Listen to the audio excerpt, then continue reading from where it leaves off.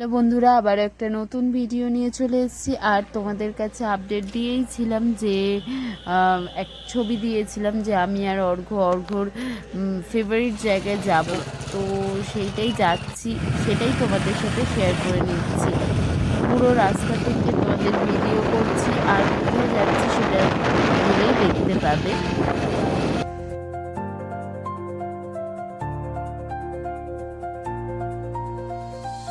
তো আমরা যেখানে যাচ্ছি জায়গাটা আমাদের কল্যাণপুর থেকে প্রায় বেশ খানিকটা দূরে, মানে প্রায় আধ ঘন্টা থেকে 45 মিনিট আমাদের লেগেছিল গাড়িতে যেতে।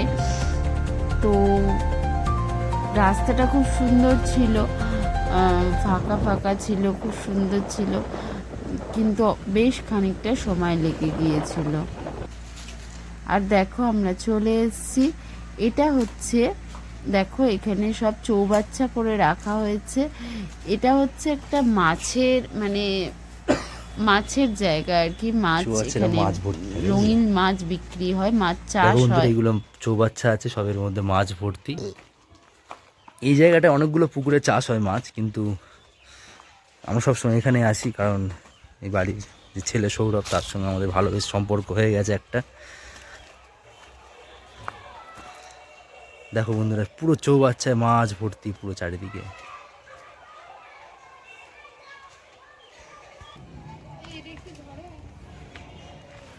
টিভিংয়ে চলে এসো নাকি?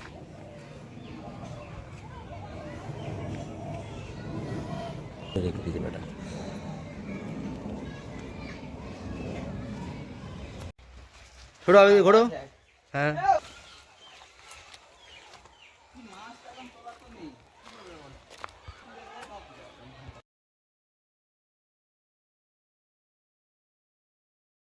তো এখানে অর্ঘ্য মাছ নিচ্ছিল। আসলে এই দিনে আমরা গিয়ে জানতে পারি যে বেশি মাছ নেই, অনেক মাছই বেরিয়ে গেছে। তো সেই জন্য সেইভাবে মাছ অতটা নেই। তো যেটুকু ছিল, যে কটা ছিল তার মধ্যে অর্ঘ্য কিছু মাছ নিচ্ছিল। আর এগুলো দাদা দেখাচ্ছিল যে কি কি মাছ আছে। কিন্তু এনার মানে এই ইয়ে ছাড়াও, চৌবাচ্চাগুলো ছাড়াও দুটো তিনটে পুকুর আছে। পুকুরেও বলেছে নেক্সট বার নিয়ে যাবে, ওখানে ভিডিও করব, তো তোমাদের সাথে সেটা শেয়ার করে নেবো। কারণ এবারে সেইভাবে মাছ ছিল না বলে সেইভাবে ভিডিওটা করা যায়নি।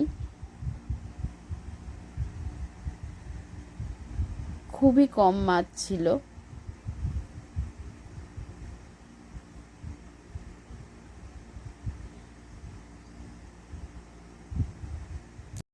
আচ্ছা, তোমরা যারা যদি কেউ যেতে চাও, জায়গাটা হচ্ছে আমড়াতলা, মানে ধামোয়া থেকে এটা যেতে হয় আমড়াতলা। তো এখন দেখো আমরা ফেরার পথে, আমরা কল্যাণপুর থেকে গিয়েছিলাম, তো ফেরার পথে একটা খুব সুন্দর জায়গা পড়ে। তো রাস্তাটা খুব সুন্দর, তো আমরা নেমে একটু ছবি তুলছিলাম, তারপর একটু ভাবলাম চা খাই। তো এইসব করে তারপর আমরা বাড়ি ফিরেছিলাম। তো জায়গাটা খুব সুন্দর ছিল। এই দেখো আমরা এই কটা মাছ কিনেছি, আর এখানে বসে একটু চা খেলাম, তারপর বাড়ি ফিরেছি।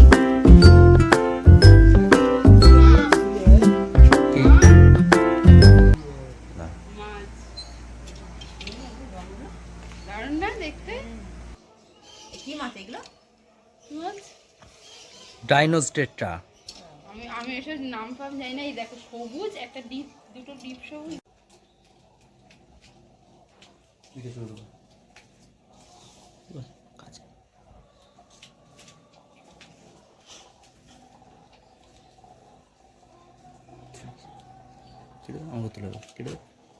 তো তোমরা দেখতে পাচ্ছ এর মধ্যে প্লাস্টিক সমেত অ্যাকোরিয়ামের মধ্যে জলটা, জলের মধ্যে চোবানো আছে। এটা প্লাস্টিকটা কেন চোবানো আছে, কারণ দুটো জলের টেম্পারেচার যেহেতু আলাদা, তো জলটা এর মধ্যে একই টেম্পারেচার না করলে, ছাড়লে মাছের অনেক রোগ হতে পারে, গায়ে ফাঙ্গাস লাগতে পারে, মরে যেতে পারে।